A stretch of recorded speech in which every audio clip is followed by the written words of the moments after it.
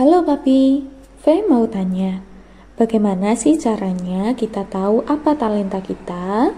Dan bagaimana kita bisa yakin kalau apa yang kita kerjakan sekarang adalah kehendak Tuhan dalam hidup kita? Soalnya di dunia ini kan tidak ada yang benar-benar pasti. Pertanyaan yang luar biasa, sayang. Papi senang sekali ada yang bertanya tentang hal sepenting ini. Menurut Papi, ada beberapa poin penting yang perlu kalian pahami dulu. Poin pertama, menemukan talenta atau pekerjaan itu mirip seperti memilih pasangan hidup. Artinya, kita membutuhkan waktu untuk mengenalinya. Apakah kita cocok atau tidak? Apakah ada kecocokan karakter, gairah, dan tujuan hidup? Karena ini menyangkut perjalanan panjang, kita tidak boleh asal pilih atau terburu-buru sampai kita benar-benar yakin ada damai di hati, ada ya dan amin dari dalam. Barulah kita memilih.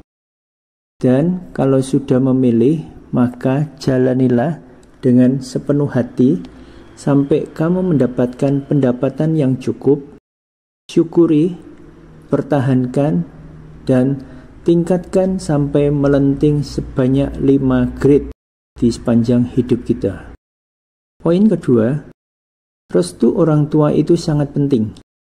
Jika kamu memilih jalan hidup yang benar, tidak curang, tidak jahat, tidak melanggar hukum, pasti orang tua akan merestui. Tapi kalau jalan suksesmu dengan cara yang salah, maka restu itu hilang dan nilai suksesmu jadi 0. Apalagi kalau kamu sampai menjadi penentang orang tua, bahkan penentang Tuhan.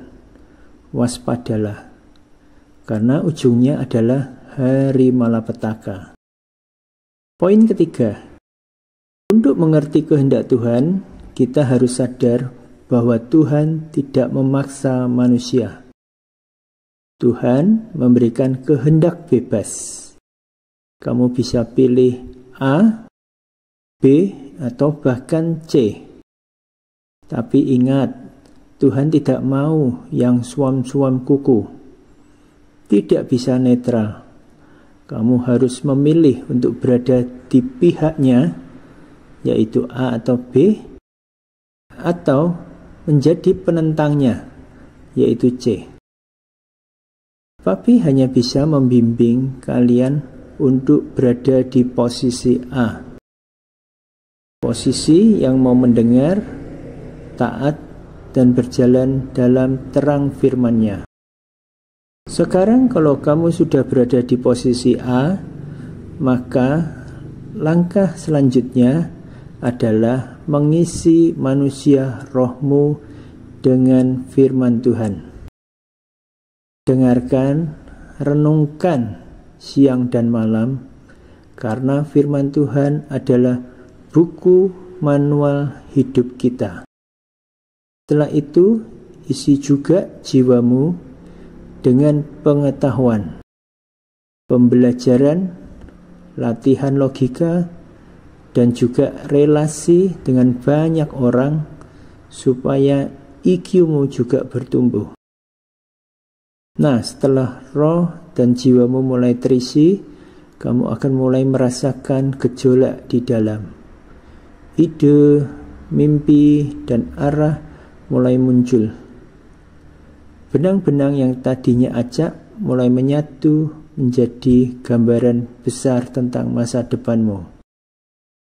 Kamu akan mulai membayangkan, kalau aku jadi orang seperti ini pasti asik. Kalau kerja di bidang itu sepertinya keren deh. Kalau nerusin kerjaan orang tuaku gimana ya? Kalau orang tuamu bisa menjadi teladan, kamu mungkin akan berkata, aku mau terusin pekerjaan mereka. Tapi kalau tidak, mungkin kamu akan berkata, aku nggak mau seperti itu. Lalu cobalah simulasikan 3 bidang yang kamu minati. Kan seperti apa jika kamu menjalaninya? Apa suka dukanya? Apakah kamu bisa bertumbuh di sana? Mirip seperti memilih jodoh.